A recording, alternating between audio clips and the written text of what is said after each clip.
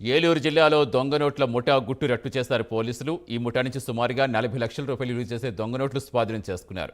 తక్కువ డబ్బులు ఇస్తే పదింతలు ఎక్కువ ఇస్తామంటూ ఆశ చూపి సామాన్య ప్రజలను మోసం చేస్తోంది ఈ ముఠా.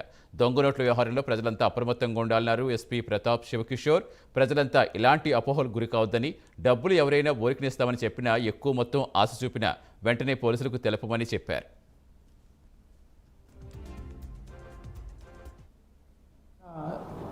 CCS police 3 town police station inspector గారు, సిసిఎస్ ఇన్స్పెక్టర్ ఒక మంచి గుడ్ వర్క్ చేసి ఈ బారిష్ మనీ అని చెప్పి ఈ దొంగ నోట్లుని చలామణికి తీసుకొచ్చి ఆ దొంగ నోట్లు ఇస్తాము, 10 లక్షలు దొంగ నోట్లు ఇస్తే మీకు